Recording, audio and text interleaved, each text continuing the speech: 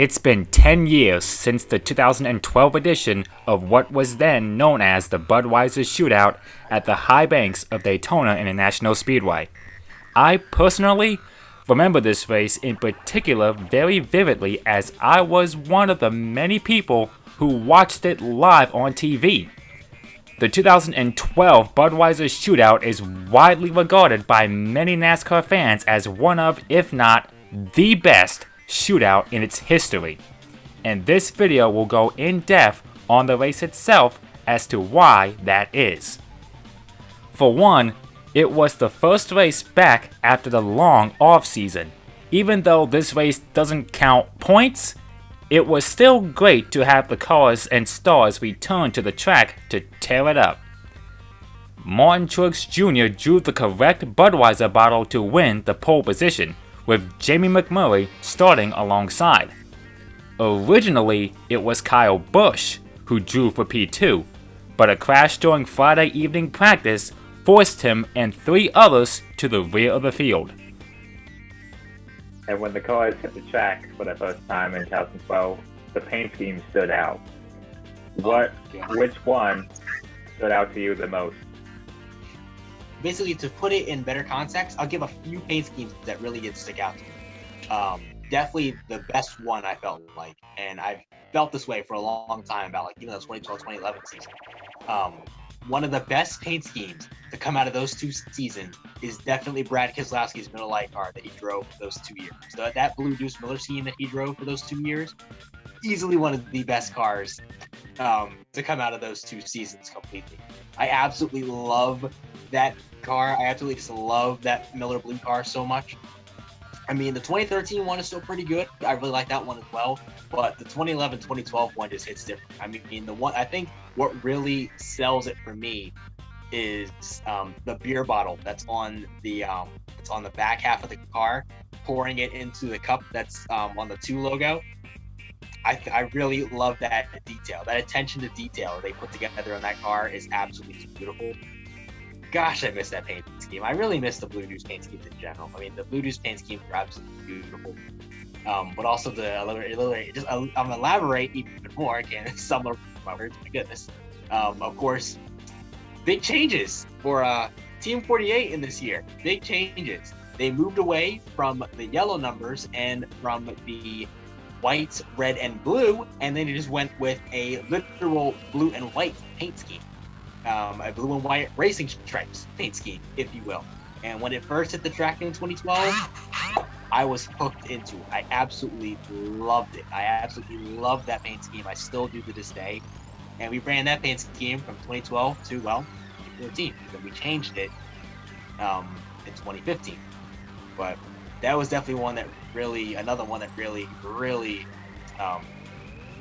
resonated with me. His was pretty good. I gotta admit, Gordon, like his paint scheme was all right. Like I like the paint scheme, it's nostalgic, but I guess the best paint scheme, in my opinion, I may be biased, but I'm gonna go Kyle. Not because is his car the beautiful car I've ever seen? No, obviously not. But just the nostalgic of seeing that car on the field and like winning races. And I remember the Watkins Glen race later that year. Like it's just so nostalgic to me. It's one of my favorite cars because it was I think it was the first year as well that the brown M&M became in the M&M's family. So that's pretty cool. I think it's just that year had a lot of good paint schemes. I also liked Martin Truex's Napa car. That was pretty cool. A lot of those cars were really good. And it was also because of the die cast and the video games and all that stuff. What about the worst paint scheme or paint schemes? Well, I'll be honest, I really wouldn't consider any of the paint schemes that ran this race to be bad by any means. I think one of the ones that stuck out to me, I would say the least, is probably Kurt Busch's paint scheme that he drove. It's an alright paint scheme. I mean, I do like the blend between the black and the white, and it is alright, but it's definitely a paint scheme that doesn't really stick out to me that much. It's one of those paint schemes that kind of gets lost in the background because, of course, you have a bunch of other paint schemes that just are much more fan favorites or people. Those are just the paint schemes that are just really much more easier to pick out. So, I mean, that's definitely one of them. I mean, like, his car was pretty okay. I remember his Ricky Bobby paint scheme. That was probably the best paint scheme he ever drove. That's one of my favorite movies.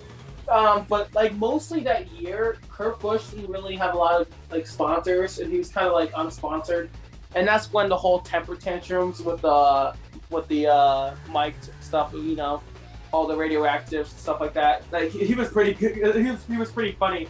But like I gotta go with Kurt. That's the one I remember. But like, yeah, I gotta go with Kurt Busch. That's the one I remember for that race.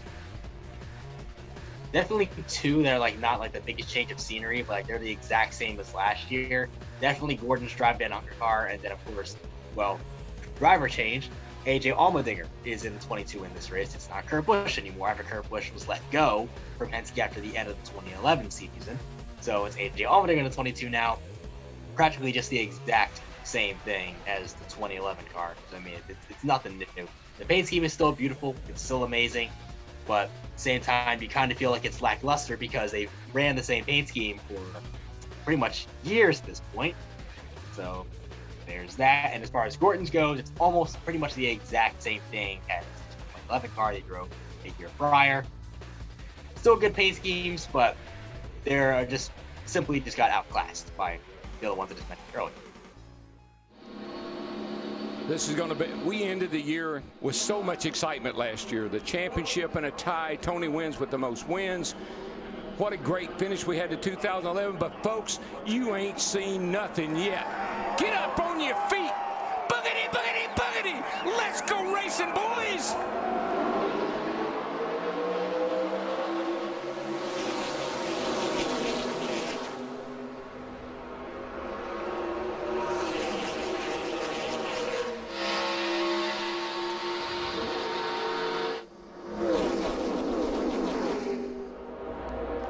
Truex from the pole led the drag race to turn one, but that's Jamie McMurray, number one on the high side, taking the lead off two. He got quite a push from Dale Earnhardt Jr. in that 88 car when they took the green flag here on the start-finish line area. Joey Logano locked onto the back bumper of Earnhardt, and he goes to the lead entering turn three. It's been a while since Junior won a race, but the first time he drove a Hendrick Motorsports car right here 3 years ago, he won this very race. 3 wide off turn 4, around a complete lap 1. Dale Earnhardt Jr., Joey Logano, Martin Truex, McMurray side by side with David Reagan. Yeah, I've been watching that outside line. I see Kevin Harvick in the 29 car with his teammate Paul Menard in the 27. They started way up the back of the pack. They've been working that high side. That's one thing, since they resurfaced this racetrack, you can just run anywhere you want to, have tons of grip, no issues in the turns. Jeff Gordon getting a push from Denny Hamlin. You're watching from Kevin Harvick, 29. Way on the high side, McMurray comes up to cover Harvick. That leaves Jeff Burton in the middle. In 31, the Cat car. Larry, Harvick runs this race like Dale Earnhardt did. I mean, what do we call him, the closer? And you got to get the job done in a hurry in this race. He is wasting no time getting to the front. Yeah, Kevin Harvick started back in the 22nd position, and we've only run 2 laps, and he's worked his way to the front.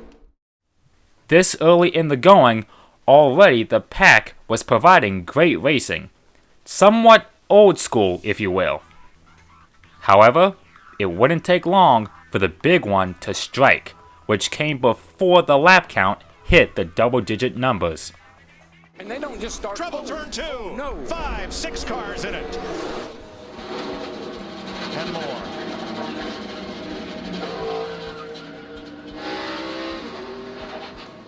The dreaded consequence of pack racing is the big one.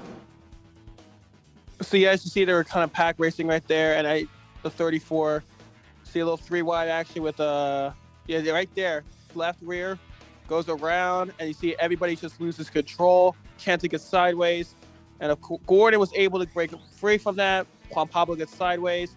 A lot of sparks from the 27, and you know that was a huge wreck. I think it's definitely the 34. He tapped him, obviously, causes a spin out, and yeah, let's look at that again. See, he gets a little tap, left rear, goes around, sparks go flying, stack up against Kenseth, gets loose into the wall. The 55 gets involved. Casey Kane does not. Oh, he does right there. He gets tapped from Denny Hamlin. As he gets a little bit of damage of that. Tony Stewart, of course, breaks free. As that was a huge crash. Of course, the 55 gets a lot of damage from that. Same with the 34. He's definitely like on fire. That's definitely the 55. Just no, you're an innocent bystander. Just innocent. See, it's a 3 wide, and you're going 3 wide and way high. But seriously, that's bump drafting at its best. You know, you just got. That is just, again, that's a bump draft not going according to plan. You see Kane in the 5, he's getting a little bit of damage. One of the drivers to make it through the wreck was Jeff Gordon. Despite little contact, nothing too serious. Yet. Same can be said for Matt Kenseth as well. A total number of 8 cars were involved in the carnage. Paul Menard, David Reagan, and Michael Waltrip were unable to continue due to terminal damage to their cars. On the restart, Kevin Harvick and Jamie McMurray take charge of the lead. That was until Dale Earnhardt Jr., Martin Truex Jr., and Kyle Busch, as well as others, joined in on the action. McMurray in the number 1. Dale Earnhardt Jr. coming in 3rd in the 88th, then Truex, Kyle Busch on the bottom, and Ryan Newman makes his first appearance in the top half dozen. He's in the 39. That one car of McMurray's has got some steam. I'm telling you, he drops down in front of these guys, pulls a little gap on them. He's showing me a lot of speed right now. And what's amazing, in those 2 practice sessions we had, Jamie McMurray really didn't do a whole lot much more than just work with his teammate, Juan Pablo Montoya, in the 42. Yeah, they were way down on the speed chart, but right now that car looks pretty fast. Truex comes back to the front with help from Kyle Busch in the 18. Greg Biffle drops in line with them. And here comes Kurt Busch to help younger brother. I can't say enough about Kurt Busch and his race team. You know, this is the little team that can't, and this is a backup car. No time on the racetrack, and here he's up there running in the top 5, starting at the back of the field. Harvick 29 and Stewart 14 fill in the bottom lane. Pretty interesting right now how this is unfolding. We saw this in the test, but we were all a little cautious about, are we going to see them race like this, or are they just pulling the wool over our eyes? Right now it looks pretty good. Now watch the men in the middle. Teammates Jeff Gordon and Jimmy Johnson trying to make something happen from mid-pack. Boy, it is hard to climb the ladder from the middle lane. Well, Jeff Gordon and 5-time, they'll bide their time. They're pretty patient guys. They're not real, I don't think they're in a real big hurry right now. When we get back over here to the line, it'll be 4 laps to that 10-minute break at lap 25. Got another player in that outside line. Oh, cousin Carl Edwards in that 99. He's worked his way up there to the front.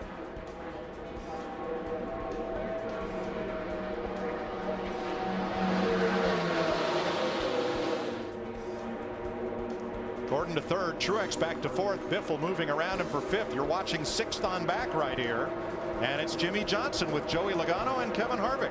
The interesting thing I'm seeing is they can't get to each other like they have in the past. They can't quite get to the guy's bumper like they have in the past. I think that's why we're seeing them run into each other a little bit more. But you're right. When I look up there right now in 3rd and 4th, I see those 2 Hendrick drivers, Jeff Gordon in the 24, Jimmy Johnson in the 48. They know they only have about another lap or lap and a half to get up there before that break. Here's the other interesting thing. The 4-car single file in front could not get away from the pack running 3 wide behind them. That pack has run down, inhaled, and overhauled the front 4.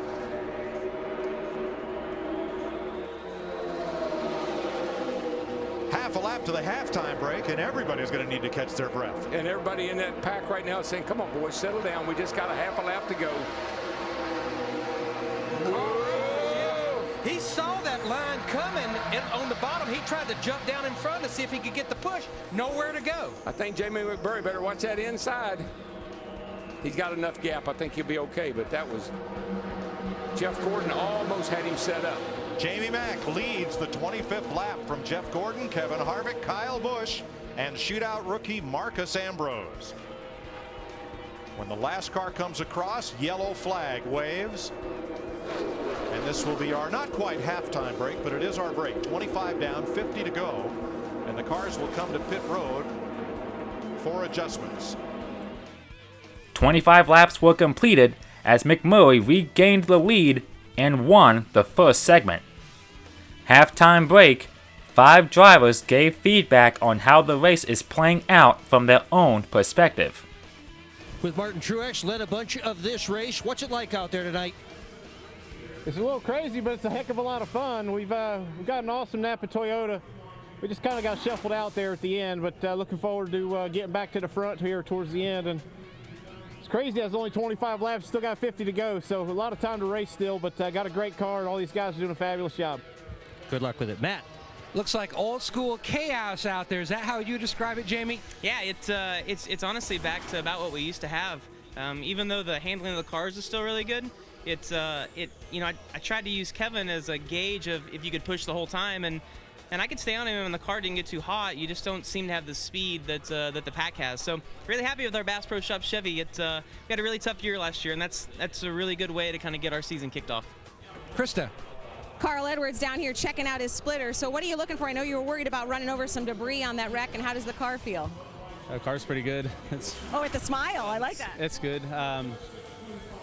This is fun. It's a good way to start the year, get out here and this kind of race and get your attention. So glad we didn't get caught up in that wreck. I didn't exactly see what happened, but our Fastenal fusion's fast. Now we're just kind of got to figure out how we're going to pit here and what we're going to do with our tire strategy, and it's just it's going to be crazy. But I heard something when I was up behind a guy. I heard something flapping down there, so we just wanted to look at it. And that smile says it all. Thanks, Carl. Dick? Boyer, there were a lot of worries before the start of this race about cars overheating because of the new rules. How is your car doing as far as heat? Well, I'm one of them that was worried, and I'm one of them that's overheating right now. But, our 5-hour Energy Toyota, I knew I was kind of planning on lagging back. I was afraid they were going to wreck early, and, they did, unfortunately. But, I think we'll be up there when the time's right. Just kind of new spotter, a lot of new things. We're learning each other. I'm learning how he says things, and he's learning how I kind of juke and jive. So a lot of learning out there, and hope we'll put it to good use at the end of the thing. All right, good luck. Steve? Well, with Kevin Harvick, Dick, and Kevin, I heard you on the radio say that you really have to be on your toes. You can't go up there and bump draft and hit the guys as hard as you have in the past year. Yeah, you got to be careful because you gain so much speed coming up on the guys when you can't see what the gap is. So your spotter has to be on our ball. Billy's done a good job, but everything on our Budweiser Chevy's been fine. Just got to keep racing hard and try to keep it towards the front of the pack for the end right there. Back in action with 50 laps remaining as Jeff Gordon shoots to the lead from assistance by Kyle Busch. Busch is the one to watch in this particular stage, which we'll get to a little later. Fast forward a couple of laps later, the pack finds their friends and do what they can to keep it clean and stay out of trouble.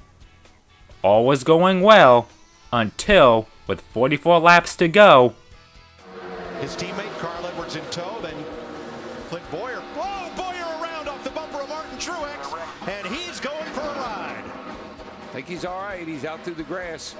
Caution on the speedway. See a little steam coming out of that thing too, Larry. Boyer tried to change lanes and peek out, but Truex was right up against his bumper. Two teammates of Michael Waltrip Racing. And a combination of dirty air and one push too many sends Clint Boyer into a spin. Thankfully, no damage done, but does need to change all 4 tires after that solo spin. With the third caution of the night, this was what Denny Hamlin needed to get back in contention, putting himself back on the lead lap, earning the lucky dog. He stays out along with AJ Allmendinger, Brad Keselowski, and Jeff Burton, as the rest come in for tire changes and or a splash of Sunoco fuel. On the restart, Dale Jr. takes the lead as Greg Biffle gets freight trained. Jr.'s lead was short-lived when Chip Ganassi teammates of Jamie McMurray and Juan Pablo Montoya stayed hooked and charged to the front.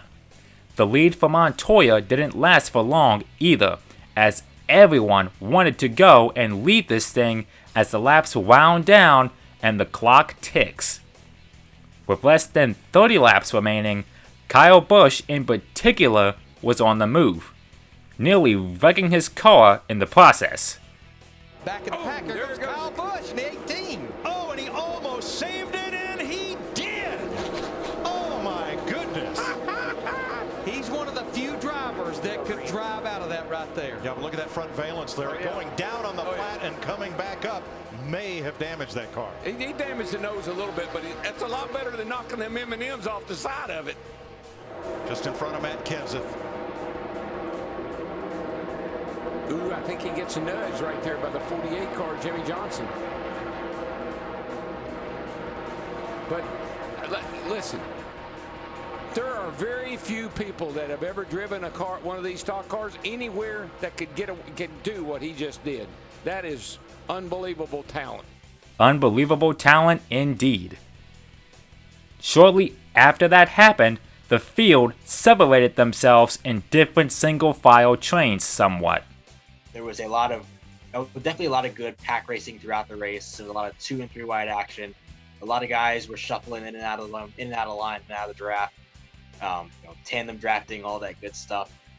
But for the most part, it was a really good race, and it got crazier as the race went on. I mean, even looking at like even like in the early stages of the race, even some of the mid portions, it started to get a lot much more competitive and even more crazier as the race went forward. Because I mean, the guys are just they're taking it easy as you're first getting yourself into the race as the race begins. But I mean, hey, because it's only a shootout, they can really just go all out and do whatever they wanted.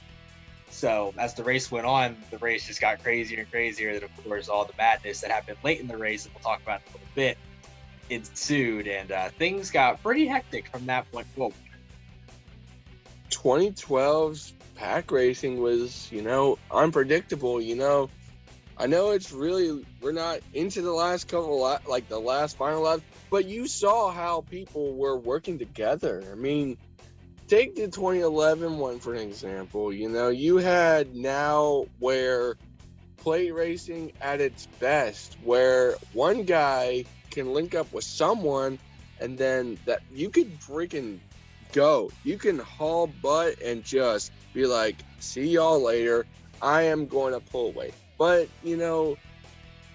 like I said, plate racing at its point, this is where, personally as a fan, I love that type of racing. I loved it so dearly. I was like, I hope they never changed the aero package.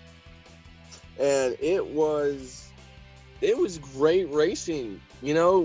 Why would you take that away from the sport? And then, 2012, you kind of keep it. But here's the thing. Looking at the 2011 to 2012, so many guys, you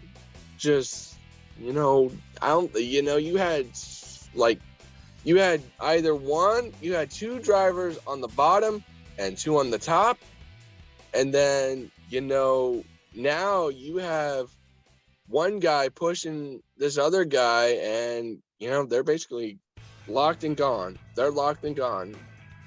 But think about it. You cannot push as much because that engine will overheat and cook.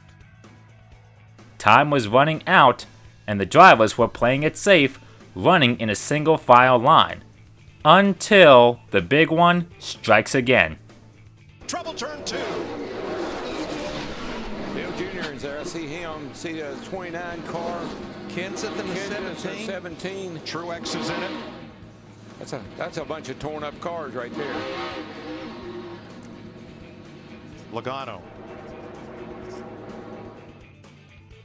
Logano's kind of peeking out of the lane a little bit. He comes back down. He gets a little tap from Marcus Ambrose. Again, the left rear. Sparks go flying. He goes sideways. And, of course, Truex gets clipped, gets to the wall. Junior gets involved, the fan favorite. He goes around. Kenseth gets a little tap from Harvick. He goes sideways, then gets hit by Junior. Kenseth hits head on the wall. Junior's roof is on his windshield. and a couple cars involved, like Joey Logano, Truex, Harvick, Matt Kenseth. Of course, Jamie McMurray gets away free. But yeah, Logano, I don't like Logano, so I was kind of, at the time I liked him. But yeah, see right there, he just gets loose, or maybe he got touched. And of course, Truex pushed Marcus Ambrose because, of course, they're in the bump drafting situation. And of course, he comes back up on the racetrack, puts Truex in the wall. Junior gets a little hit on the right front, and he goes sideways. And of course, that ruined their night basically. And there's Harvick, he gets clipped, and then Junior comes back down, hits Kenseth. Kenseth gets into the wall right there. Huge hit for Kenseth. Thankfully, all these drivers were okay, obviously. That's another nostalgic paint scheme, that Best Buy car. Oh, such a beautiful car. And they all come back down on the racetrack. You really hate to see it when someone's right there behind you, just going along their business, and innocent bystander. Watch from Martin Truex Jr. Watch. There's nowhere to go. If you're stuck behind that person, there's nowhere to go. See, that's the thing, if people were committed. People were committed to the top and to the bottom, and if you're committed, you're committed. Joey Logano had a little help from Marcus Ambrose. One push too many, sending Logano into a spin, and all hell broke loose, taking out notable favorites such as Matt Kenseth, Dale Earnhardt Jr., Martin Truex Jr., and Kevin Harvick, as they were among those involved in the carnage. During the caution period, this gave a vast majority of drivers to come in to change tires and a splash of fuel to make it to the end. Coming to 10 to go, Jeff Gordon and Jimmie Johnson ran first and second respectively, with Tony Stewart, who won this event on 3 previous occasions, was also up there with the 2 Hendrick cars in 3rd place. Denny Hamlin was involved in one of the wrecks from earlier and fell a lap down because of it. He too had a shot to win this thing, and what a comeback story that would be. Speaking of comeback stories, remember that Kyle Busch nearly wrecked his car? Well, it happened again with only a few laps to go. Whoa, Busch is around. Can he save it this time? Oh, there you go. He does. He saves it. But there's a Jeff Gordon's upside down. Jeff Gordon's upside down. And Kurt Busch's car is destroyed. Oh my gosh.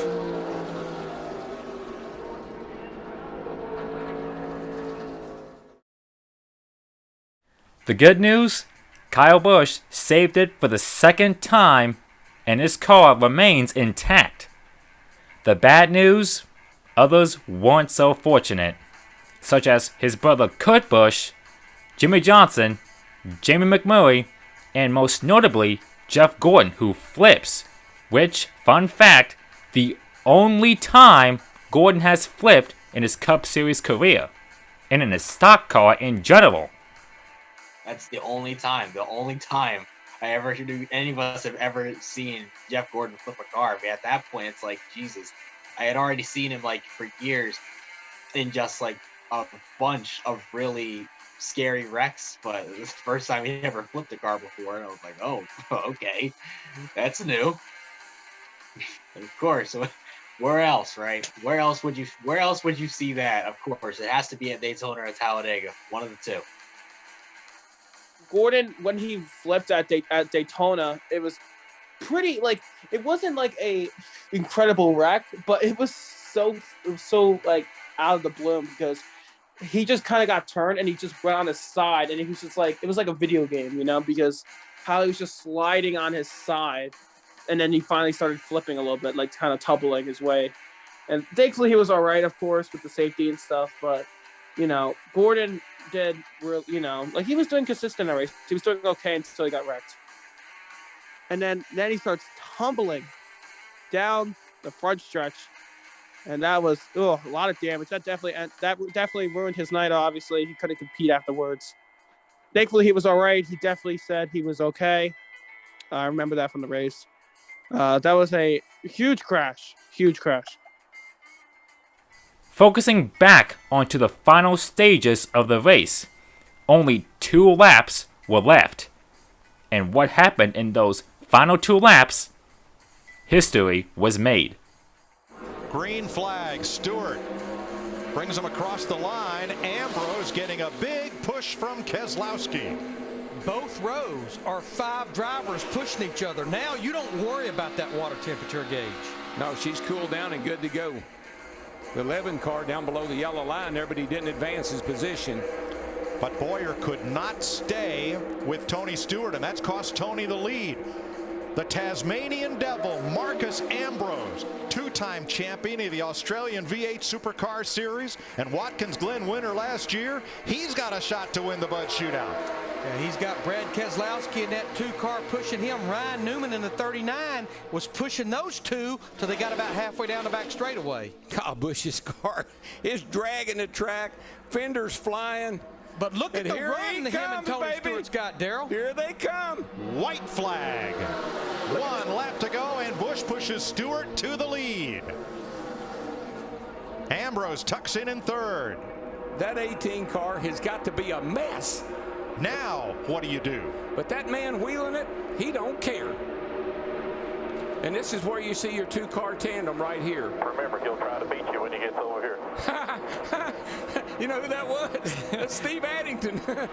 Who used to be Kyle's crew chief and is now Tony's crew chief. He will try to beat you. 1 mile to the finish line of the Budweiser Shootout. Tony Stewart or Kyle Busch, who's going to win it? I don't know if Kyle's got it. Remember what happened the last time these 2 were coming to a start-finish line back in the July race? Smoke versus Wild Thing to the line. He got him! He got him! Wild Thing wins! He got him!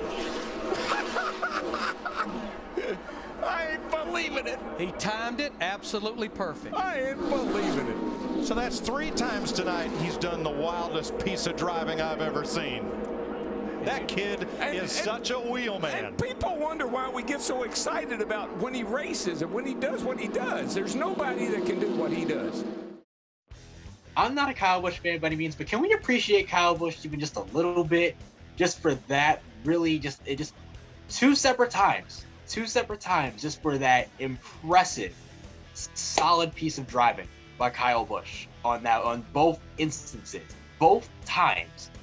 Literally got a tap from behind and was wheeling that thing back and forth. I mean, sparks were flying out from underneath the freaking thing, and he was able to save it both times. I thought the second time he wasn't going to save it, but he did. He still did.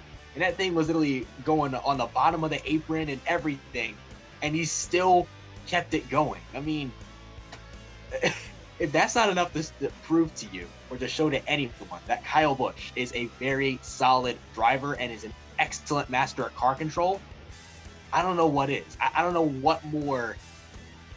You can't get any better than that. That is clear-cut car control. That's what good car control is. Oh my goodness. I mean, props to Kyle Busch for that. Mad props to KB for saving that twice. Yo, Kyle, man, dude, that was an incredible performance. Like, he was mostly in the pack for a little bit, but then he would kind of show up to the front. He got turned. I think he got tapped on the left rear, which was kind of like the problem that race.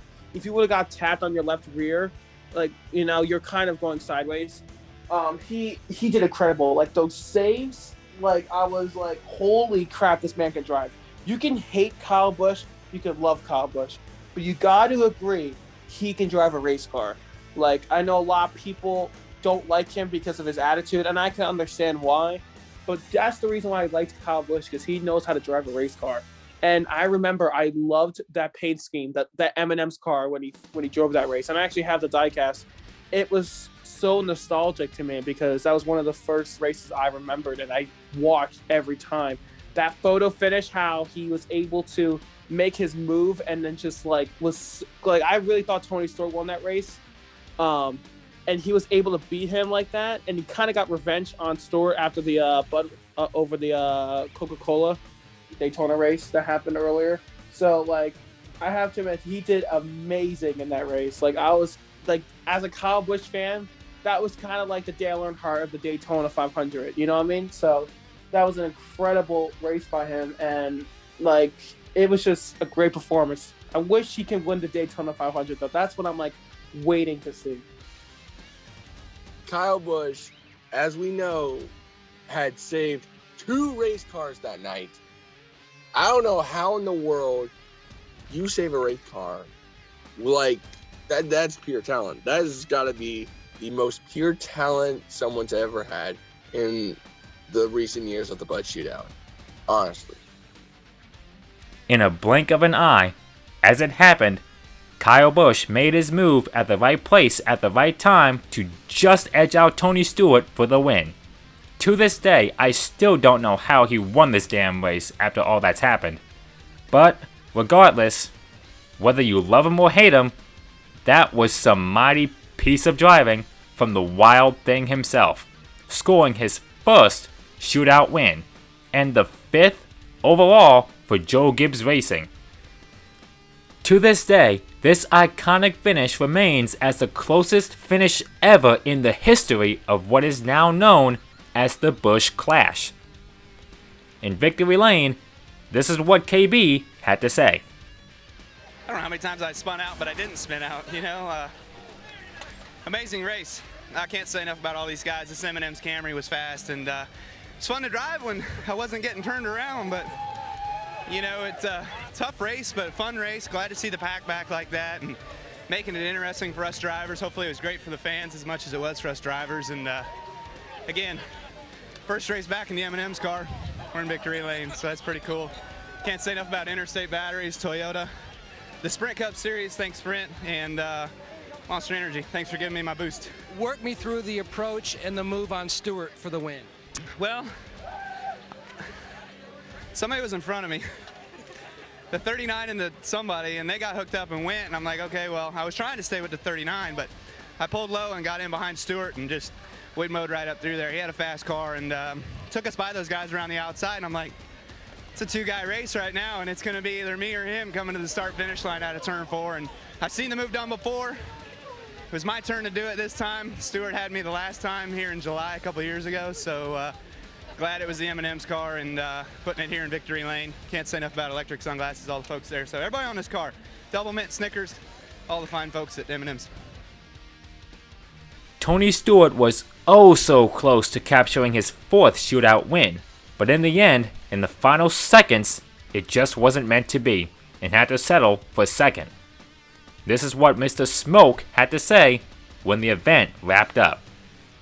I got part of it. I just didn't get all of what I needed to do there at the end. But still, considering where this car was yesterday, I'm really proud of Steve Addington and Tony Gibson, Greg Zipadelli. All 3 teams at Stewart-Haas Racing just did an awesome job to get this Mobile and Office Depot Chevy back together. So, and they even let me work on it with them, which is it's kind of scary, the thought of it, but it was cool to be there with those guys, and it kind of sucked to screw it up yesterday, but really proud of how good a job they did to give us a car that was that good at the end. A crazy race, a crazy night, and a crazy finish to the 2012 edition of the Budweiser Shootout.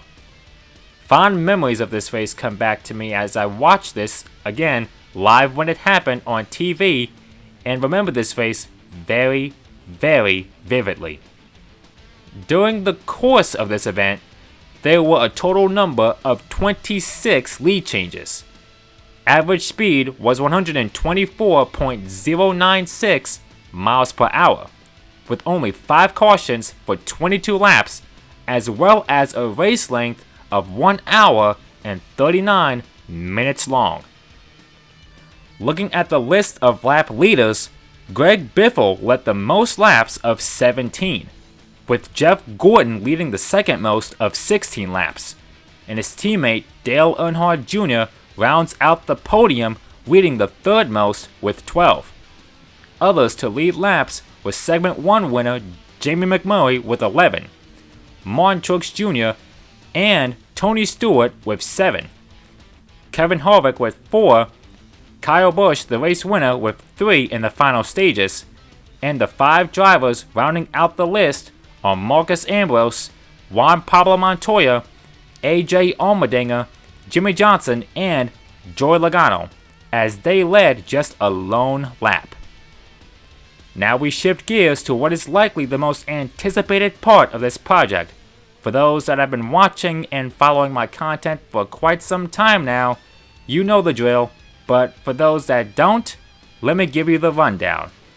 Me and a few racing buddies of mine will go over who did well and not so well, as we rank certain drivers in the top 3 following categories: driver of the race, driver on the move, and the cold seat.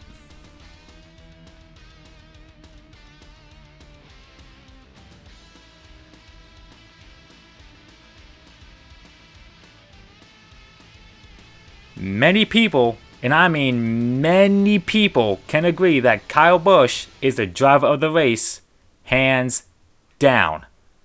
I don't even have to say much. Having saved his race car more than once and ends up winning?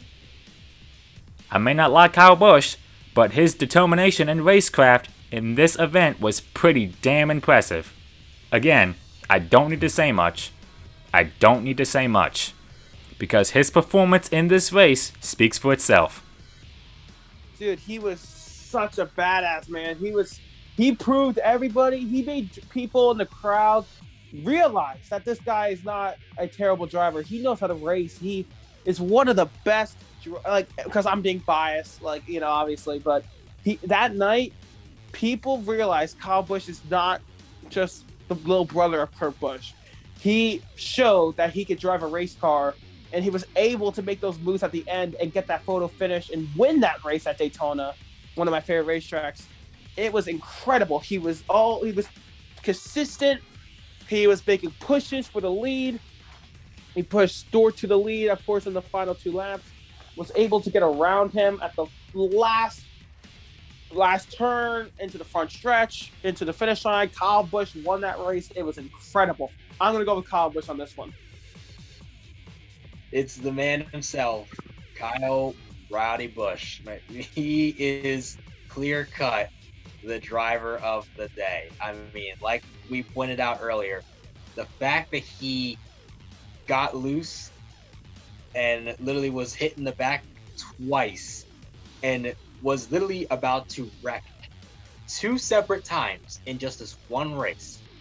2 separate times that he saved that car with the sparks flying out from underneath it and everything, and was looking like it was literally going to just either go down to the bottom apron and just shoot right back up the racetrack, or spin through the grass and probably chop the splitter. He literally, with all that car control, just the talent that this man has, saved it 2 times in a row. And not only did he do that twice, he also went on to win the race. I mean, come on.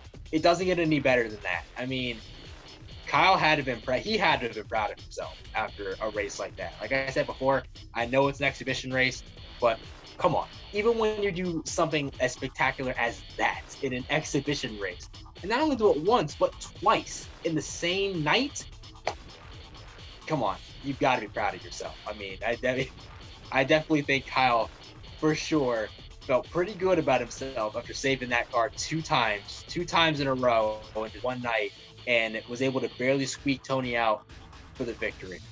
That's definitely top tier. That's got to be top of the list for me as driver of the day, without a doubt. There's no doubt in my mind, easily driver of the day. Easily wins it, without a pass, without a doubt at all. Easily driver of the day.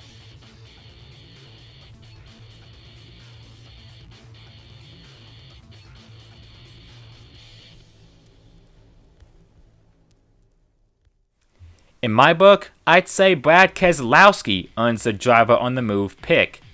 Yes, he drew for 3rd place on the grid, but was one of the many drivers caught up in that big wreck in practice, and because of it, had to go to a backup car and start at the rear of the field. He and his teammate, despite that, worked together and played it safe for a vast majority of the race, and kept out of trouble avoiding the big wrecks. This paid off for Keselowski en route to P4, when the Chuckers flew in his debut shootout appearance. I'm gonna go Kyle again, but I gotta be impressed with Tony Stewart as well, because he was so close to getting wrecked a lot during that race, and he got a second place. I'm gonna go with Tony Stewart maybe, but again, Kyle Busch, he did really well as well. So I may go with Tony Stewart here, because he was so close to getting into those two big ones that he was able to get second place. You know what? I'm actually gonna go with Ambrose on this one. I want to go with Marcus Ambrose here.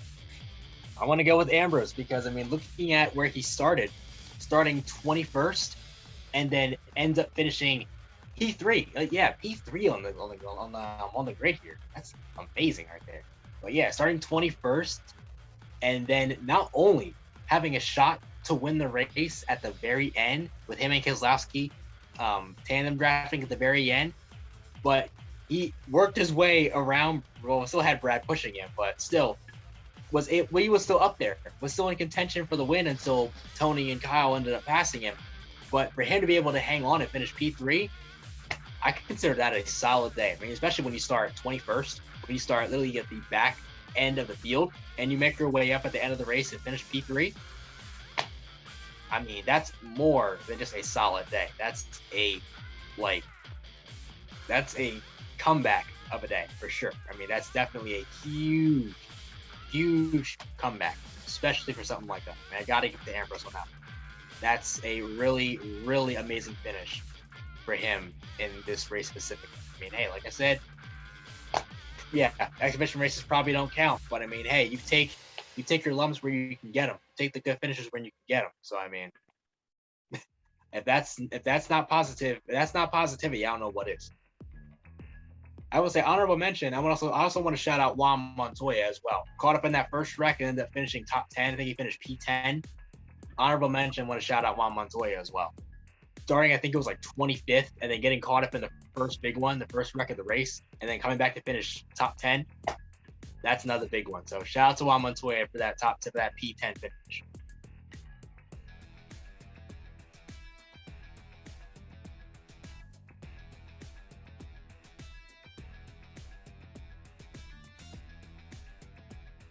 As far as the cold seat goes, that would have to go to Matt Kenseth, in my opinion. Started at the back, and yes, he was up there at the front for a little bit until that crash happened that nearly flipped him over, and his night was done right there and then. And results for Mr. Matt Kenseth being a 21st place. Not a great way to start the new season for the 2003 Cup Series champion. Well, I'm gonna give it to. It might seem unfair. I don't know. It does feel a little unfair to do this because it happened early, and I mean, when it happens early, it's like you really have you didn't even get a chance to really show what it is you could have done. But I guess I want to give it to Michael Waltrip or Michael Waltrip. I just feel like. Yeah, he got caught up in that one. I think it was the first big one of the race, and really never even got a chance to even show what he even could have done. I mean, he scored on the running order here. He scored 25th. He scored dead last. So I mean, unfortunately, I got to give it to Mikey here.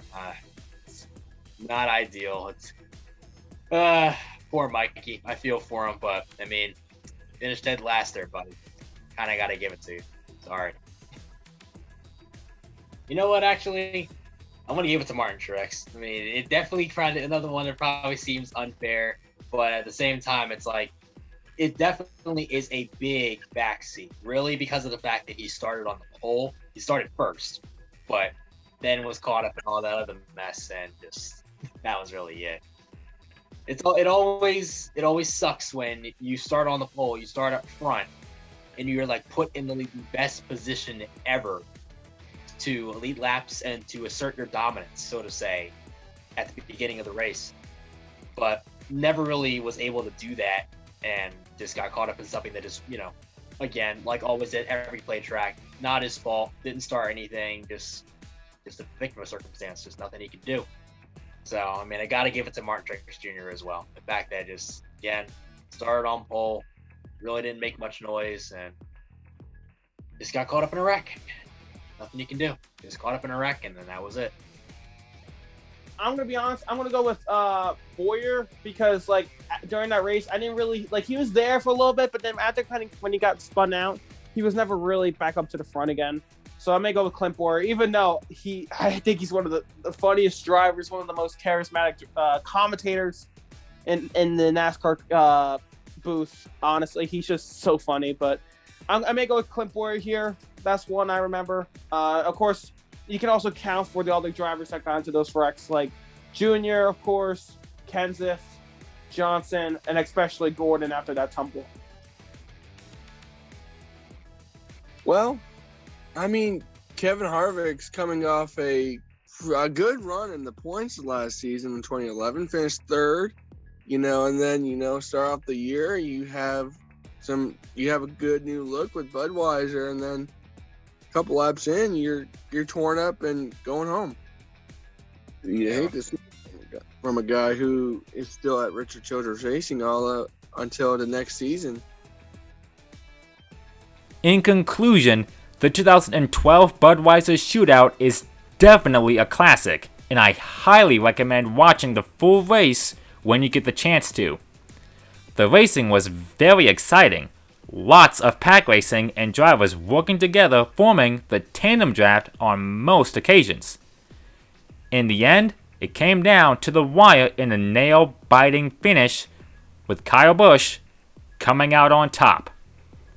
With that being said, that pretty much wraps up today's presentation.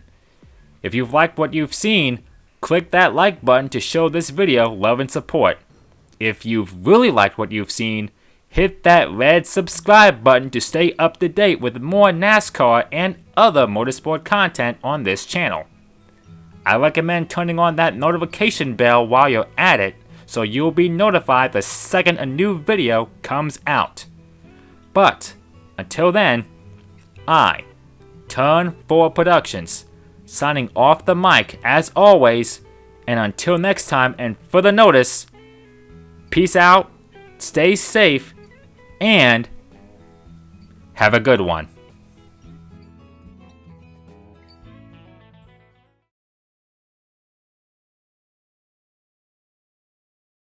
I mean, this race has absolutely pretty much everything. It is everything you could ask for from a plate race. Literally from a restrictor plate race, it's got everything you could ask for. I mean, what better treat can you have than just an amazing, exciting race like that one? This is probably one of my favorite races as a kid, and I watched it again, and it brings me so much nostalgia. Because that was the Kyle Busch show. Like since I'm a Kyle Busch fan, that's probably the best race I ever watched. The racing was so incredible. It was a mixture of tandem drafting and pack racing. It was a great moment in my life. Because I love Daytona. I've been on the track at Daytona. I've watched that race a lot on YouTube. To rewatch it, it's one of my favorite races of all time. Kyle Busch just came off I have to look back, I think a 3-win season, because think about this, he still has Dave Rogers at the helm, and I think this was the first year he has Tony Hirschman as his spotter, and now, a different look, M&M's, okay, we have a new look, but, Kyle Busch's performance going into the Bud Shootout, I think it was a 3-win season for him, maybe more, I'm not sure, but Kyle Busch is coming off that year, remember, in the fall Texas race, he got in a shuffle with Ron Hornaday, who he screwed out of a championship and gave that to I think it was to Austin Dillon at the time. So, Kyle Busch is basically coming off a, season where he had the up and downs of 2011 and,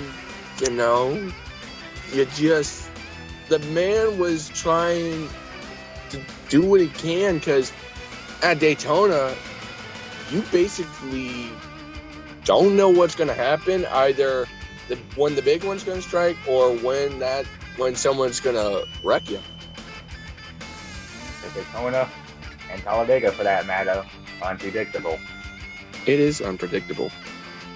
And trust me, you saw the spoiler or the spoilers in the back. They're not the same we saw from the previous year. They were a little bit shorter. I think it was to get more air off the back of the car. So, I mean, think about it. You saw in 2011, you only saw it once, I think, where Clint Boyer pushed Jeff Burton, as we mentioned. That was the only time they pulled away. But, I mean, that's what plate racing's about, man. That's what you like about plate racing, is where 2011 and 2012, plate racing was at its best. I'm going to give this badass level 100 out of 10, bro. Like, I'm sorry. He did 2 incredible saves. The first one was beautiful. And, like, the way he finished that race with that win and an incredible finish was, it was like a cherry on top. Like, it was so incredible. If you have not seen this race, I highly recommend checking this one out because, this easily will not disappoint you in any means. It's definitely one of the more exciting plate races. It's definitely one of the more exciting exhibition races to watch from recent memory in the last decade and a half.